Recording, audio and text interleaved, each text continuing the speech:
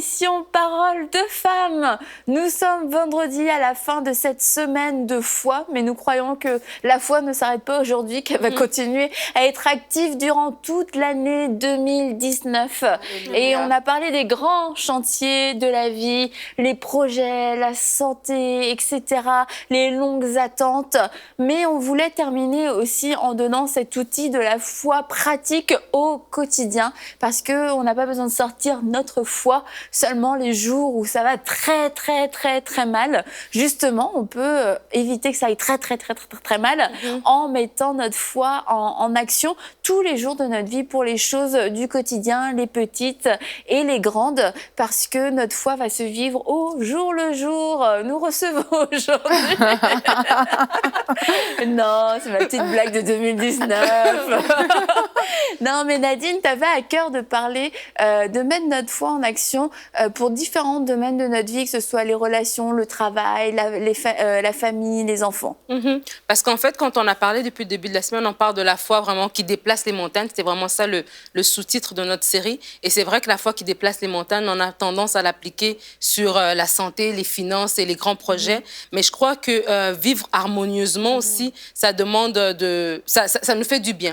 Et il y a des personnes qui peuvent peut-être se sentir, vouloir appliquer la foi sur des grandes choses, mais aussi dans ces petites choses quotidiennes, nous devons appliquer notre foi. Et marcher dans des relations harmonieuses pendant 2019, c'est quelque chose que nous devons aspirer à, et nous devons avoir foi que Dieu va vraiment faire cela. Le psalmiste dit que l'Éternel est mon berger, je ne manquerai de rien. Et puis après, il dit, il me conduit près des eaux paisibles. Et vraiment déclarer que cette année, je marche dans des relations harmonieuses. Si par exemple, on est dans un couple, et peut-être l'année passée, ça a été en dents de scie, on a eu beaucoup de conflits, on a peut-être eu un événement majeur qui nous a créé, qui a fait une rupture, qui a créé un froid dans le couple, de se dire, OK, cette nouvelle année qui commence, Seigneur, je prends un nouvel élan et dans mon couple, je confesse vraiment qu'il y a une restauration. Je confesse vraiment qu'il y a des gens, peut-être que ça fait des années que le couple sèche et ça va en s'asséchant, si je peux dire, année après année, et de dire non, cette situation, elle a peut-être perduré, mais cette année, je veux prendre cet élan de foi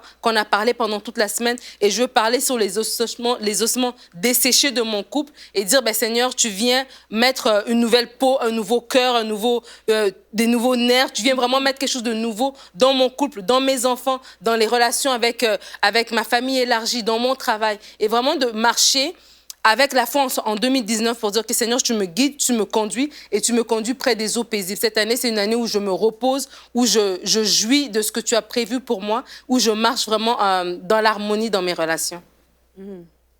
Alléluia. C'est bien, t'es une bonne invitée. On va passer une bonne année, les filles.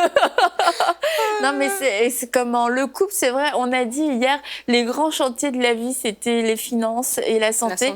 Mais le couple est pas mal, malheureusement, dans le top 3 des défis que les gens peuvent rencontrer. Et c'est vrai qu'on doit mettre notre foi dans ces choses qui sont totalement immatérielles, en fait. Et quelquefois, c'est plus facile...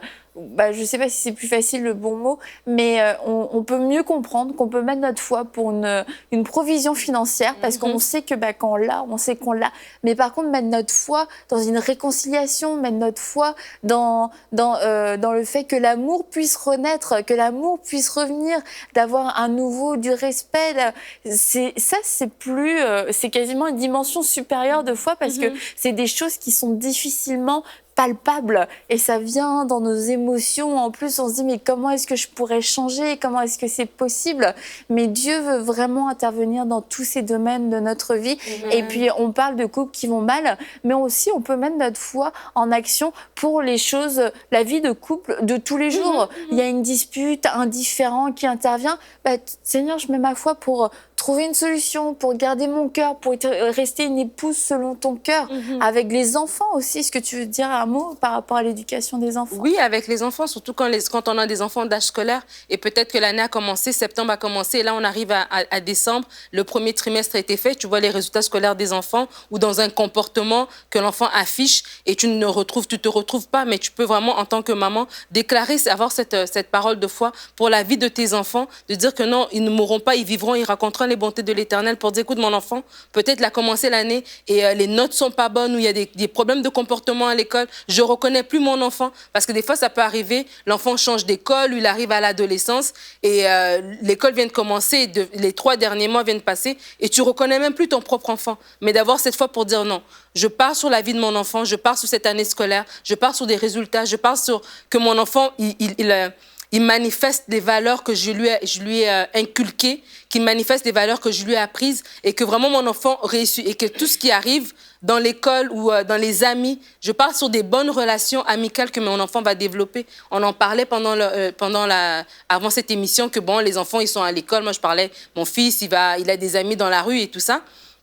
Dans la rue où on habite, et puis bon, à midi, il mange à l'école avec ses amis. Mais moi, en tant que maman, ben, je pars sur ces amis-là, qu'il choisit les bons amis. Et je lui parle après, OK, comment va ton ami Maxime? Comment va ton ami Alexis? Et si je vois que, oh non, tel ami a une mauvaise influence sur l'enfant, au lieu de confronter l'enfant moi-même... L'enfant a subitement déménagé. Au lieu de confronter l'enfant, je vais prier pour mon enfant. Je vais prier pour cet ami. Et ça aussi, c'est des choses qu'on peut faire, tu vois. On n'est pas obligé d'être défaitiste par rapport aux nouvelles qui nous arrivent sur la vie de nos enfants. Mais nous-mêmes, en tant que maman, on peut parler la vie dans notre foyer, dans nos enfants, dans notre maison. Je pense souvent, c'est ça le problème de la foi. On a de la difficulté à exercer notre foi parce qu'on pense qu'on ne peut rien changer et on accepte tout ce qu'il y a dans notre vie comme étant une fatalité. Et souvent, les gens vivent dans la peur, ils vivent dans la crainte de toutes sortes de choses. Et justement, j'ai peur de l'échec, j'ai peur que mes enfants échouent, j'ai peur du divorce, j'ai peur d'avoir un accident et toutes ces choses-là. Et j'ai pas la foi dans rien. Mais Dieu veut vraiment que notre foi soit construite pour les petites et pour les grandes choses. Donc, dans toutes les sphères de notre vie, on peut vraiment appliquer la parole de Dieu. Et vraiment, j'aime beaucoup ton exemple pour les enfants parce que ben, souvent, on ne pense pas qu'on peut déclarer la réussite sur nos enfants. Sauf que la parole de Dieu, il y a une promesse pour ça. Pour chaque défi, il y a une promesse. Et ben, ça dit dans Deutéronome que Dieu fait de nous la tête et non la queue, toujours en haut et jamais en bas. Et donc, moi, j'ai déclaré ça sur mes enfants, entre autres une de mes filles, pendant des années. Et vraiment, je peux vraiment dire que ma foi qui était mise à l'épreuve et mise en action a porté du fruit. Ça a porté un résultat. Donc, il ne faut pas minimiser, il ne faut pas être défaitiste sur les choses et penser qu'on ne peut absolument rien changer sur le diagnostic du médecin, sur ce que l'enseignant te dit à propos de notre enfant, sur l'état de mon couple, parce que la parole de Dieu est une chose ferme, la foi, c'est une ferme assurance des choses qu'on espère, une démonstration de celles qu'on ne voit pas. Et justement, c'est ça la foi. Je ne le vois pas, mais je peux le voir avec les yeux que Dieu me donne, avec la pensée de Christ. Et vraiment, ça fait toute la différence. Si j'ai de la difficulté dans mon couple, et je pense que mon couple est voué à l'échec, mais je pense à Romains 5,5 qui dit que l'amour de Dieu est répandu dans nos cœurs par le Saint-Esprit. Bien, si l'amour de Dieu est répandu par le Saint-Esprit, bien, j'ai tout l'amour nécessaire pour aimer mon mari ou pour aimer mon épouse si vous êtes un homme qui nous écoute. Donc, vraiment, Dieu a pour vous, pour toutes les ressources, pour que nous soyons des conquérants envers et contre tout ce que nous pouvons vivre au quotidien dans les petites choses comme dans les grandes. Quelquefois, je pense qu'on est négligent, en fait. Soit on se dit, bon, c'est pas grave, est-ce que ça sert vraiment de prier pour ça? Est-ce que ça va faire la différence? Donc là, cette négligence, au final, au bout de quelques temps, quelquefois, semaines, mois ou années, on se retrouve avec un gros problème qui aurait pu être traité dès le début. Et d'autres fois, c'est plus de la fatalité. On croit qu'on doit subir et on doit se désoler, qu'on est dans la vallée de la désolation, mais dans la vallée de la désolation doit se transformer en vallée de résurrection en 2019. Et plutôt que de juste « Oh, pourquoi ?» c'est de se dire « Pourquoi, Seigneur ?» En tout cas, je ne sais pas pourquoi, mais moi, je me lève contre ces choses. Amen. Et je refuse qu'en 2020, je regarde ça comme étant l'échec de ma vie, alors que ça commence aujourd'hui sous mes yeux et j'ai toutes les armes pour pouvoir abattre ce petit truc qui est encore insignifiant. Mais c'est pour ça qu'il faut se positionner, Annabelle. Quand je t'entends parler, c'est vraiment ça. c'est vraiment se positionner pour vivre la bonne chose. Et Mathilde parlait des choses qu'on voit en esprit, mais il faut qu'on décide aujourd'hui qu'est-ce que je vois en fait. C'est vraiment une question qu'on doit se poser, c'est qu'au jour d'aujourd'hui, voilà, 2019 est là, qu'est-ce que je vois? Est-ce que je vois des choses négatives ou est-ce que je vois des choses positives, des choses qui viennent du Seigneur? Et dans le quotidien, vraiment dans les choses simples, on n'a pas besoin que ce soit très complexe. C'est pour ma journée d'aujourd'hui, qu'est-ce que je vois? Est-ce que je vois une journée réussie? Ou alors, est-ce que je vois une journée pourrie?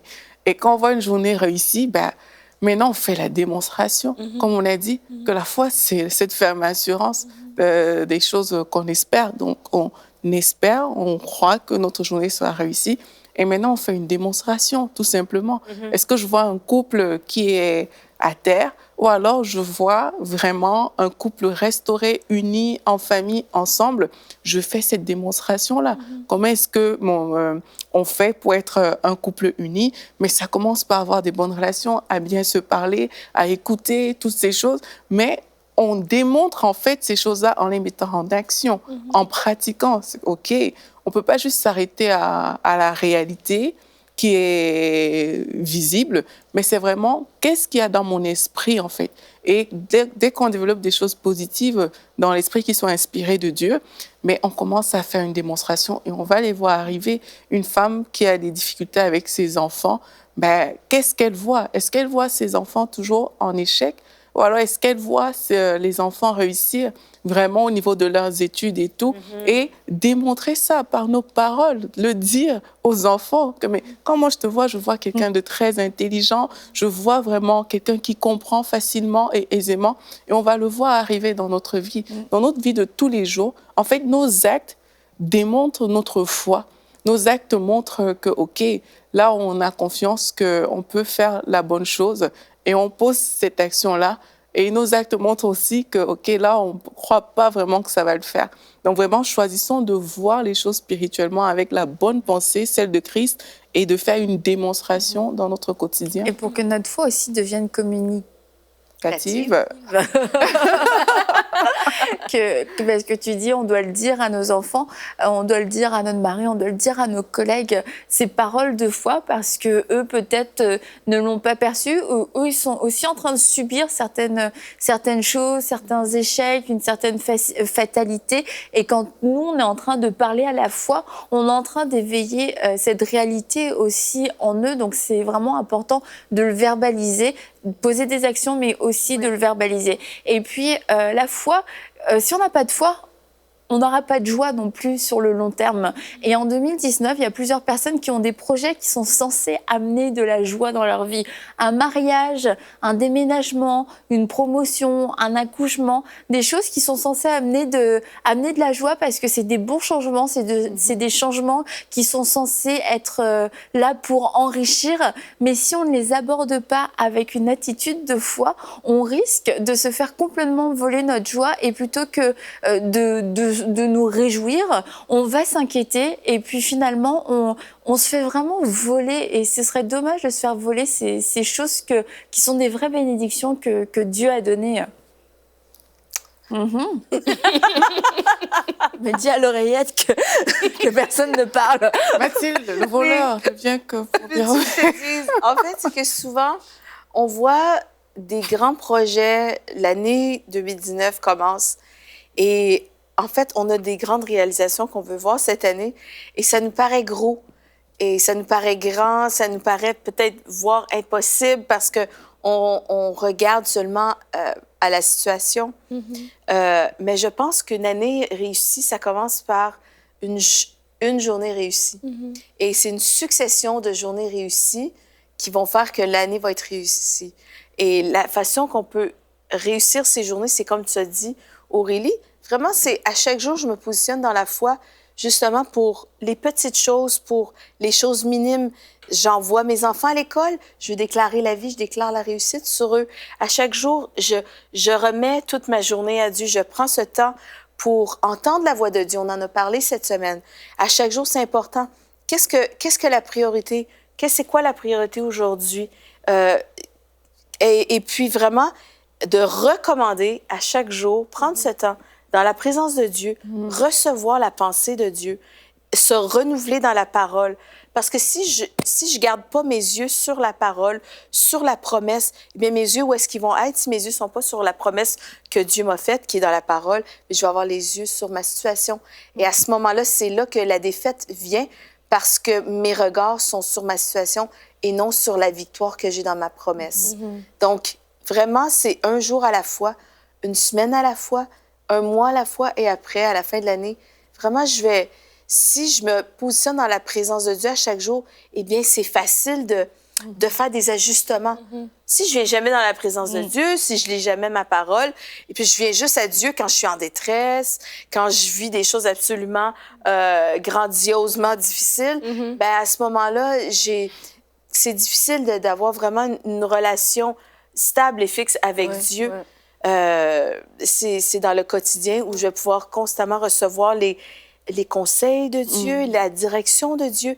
Et de cette manière-là, je vais pouvoir réussir ma vie dans les petites choses comme dans les grandes. Je vais pouvoir recommander, bien, aujourd'hui, est-ce que je devrais faire telle chose ou telle chose? Est-ce que, bon, dans les petits choix, l'Esprit de Dieu va me parler, va m'aider dans mes choix. Et de cette manière-là, mon année va vraiment... Mais moi, je voudrais dire aussi couronnée de réussite. Par rapport à ce qu'Annabelle dit, par rapport si tu as un accouchement qui arrive ou une promotion, des choses qui arrivent à long terme et que tu pourras avoir la foi pour y arriver, je crois que l'inquiétude va venir nous voler notre joie. Parce que tu parlais de qu'on se fait voler notre joie quand on est en attente de quelque chose. Et l'inquiétude va venir nous voler notre joie. Si tu es enceinte et que tu penses seulement qu'est-ce que mon bébé aura un problème, est-ce qu'il aurait une malformation, est-ce que j'aurai l'argent pour la layette, est-ce que ceci, est-ce que cela, ben, cette inquiétude-là va te voler ta joie, va même nuire à ta foi. La même chose pour un travail. Si tu sais que Dieu t'a promis une promotion, ben oui, tu seras à la hauteur. Et oui, quand tu vas avoir le poste, tu pourras faire un bon travail. Et vraiment, de se parler comme ça pour justement nourrir notre foi, que quand on arrive au moment J, quand j'arrive avec ce bébé à la maternité, en rentrant avec lui à la maison, je sais que je serai une bonne maman. Je sais que je saurai quoi faire. Dieu va m'équiper. Si je n'avais jamais pris soin d'aucun enfant avant, puis c'est le premier bébé que je vois, je sais que j'aurai la possibilité de m'en occuper. Puis quand on parlait des enfants tout à l'heure, tu sais, des fois, ça a l'air facile quand vous regardez l'émission, vous vous dites peut-être, ça a l'air simple quand on le dit, mais quelqu'un qui vit avec un enfant qui a des difficultés à l'école, qui a des difficultés comportementales, c'est difficile. C'est difficile au quotidien de parler la foi. Tu as juste envie de dire à cet enfant, mais attends, mais... ressaisis-toi, mais qu'est-ce qui se passe? Tu as plus envie de parler sur les circonstances que de parler la foi. Et bien, si ça prend que tu prends un cahier et que tu écrives les promesses de Dieu sur la vie de ton enfant, si ça prend que tu prends 3 jours de jeûne et que tu dis, Seigneur, parle-moi sur cet enfant, mais clairement, dis-moi quelque chose, donne-moi une promesse que je vais m'accrocher. Les jours où ça va bien ou les jours où ça va mal, je pourrais relire cette promesse, mais fais-le. On est en début d'année, tu as 365 jours devant toi, c'est le temps.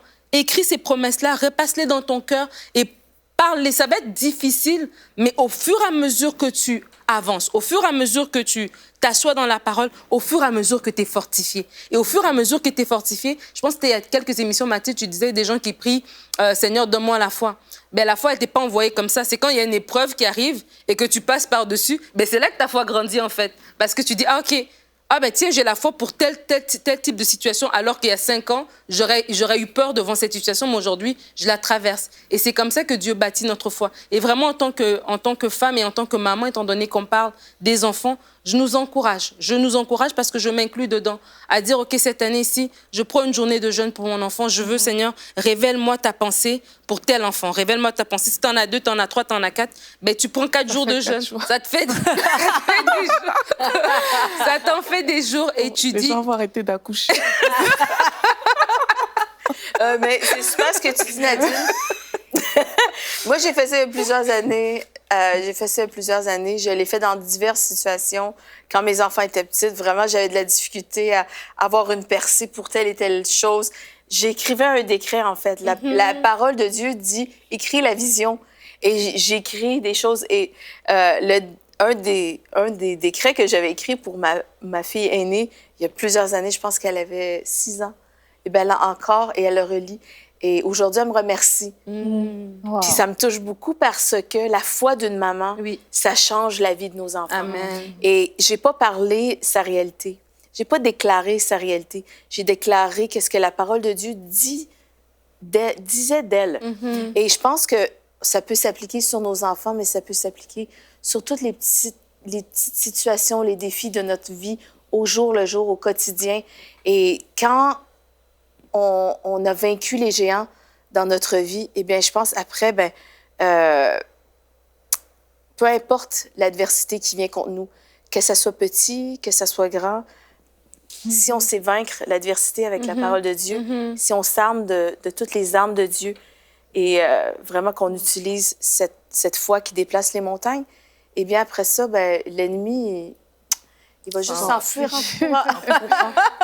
Comment il y a aussi les petites choses de la vie et quelquefois on n'ose pas vraiment demander ou même trop en parler parce qu'on se dit je vais avoir l'air vraiment pas spirituel, un petit peu charnel, une place de parking, non, mais, bref quoi, tous les petits, ce qu'on peut appeler selon les gens, un petit cadeau, un petit clin d'œil, un petit signe, une faveur, etc.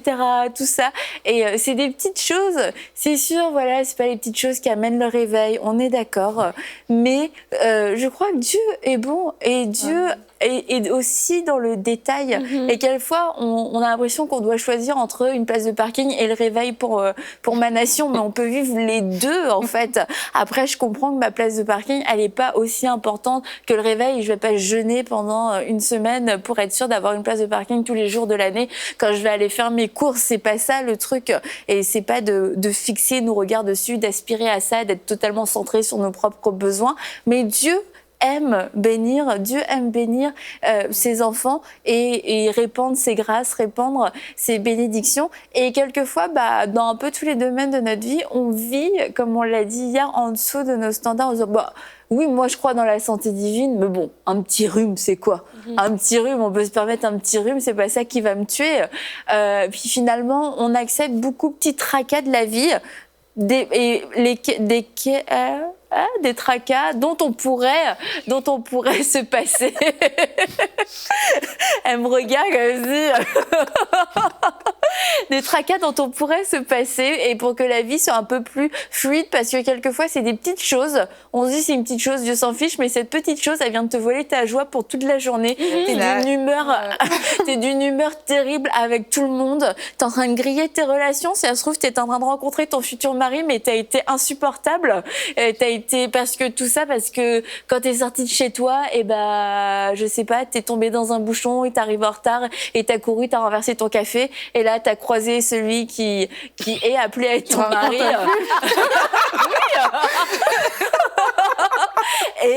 Et tu l'as ignoré parce que t'étais trop occupée à râler. Ouais. Et on se dit, si ces petites choses sont si insignifiantes, pourquoi est-ce que déjà elles ont autant d'effets sur nous? Et pourquoi Dieu ne voudrait pas aussi s'en occuper? Est-ce qu'il y a quelqu'un qui me suit? Bon, la Bible dit de toujours être joyeux. Salut est complet, Annabelle.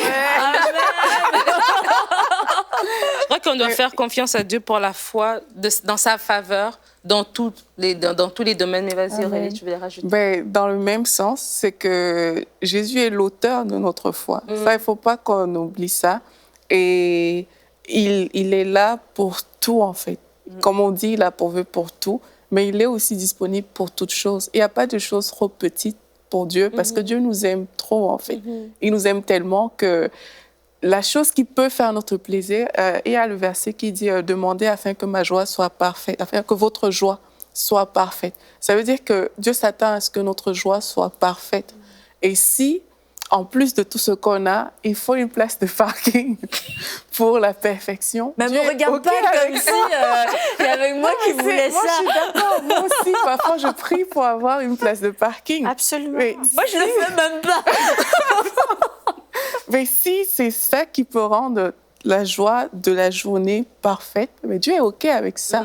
Peu importe la chose, ça peut sembler insignifiant pour des autres, mais tant qu'à nos yeux, c'est assez d'importance, mais Dieu, il est OK avec ça, Annabelle. Mais Dieu s'intéresse, c'est ça, mais Dieu s'intéresse à nous dans les grands et dans les petits détails. Ouais. Et il y a une chose qui est certaine, on peut se moquer de demander une place de parking à Dieu.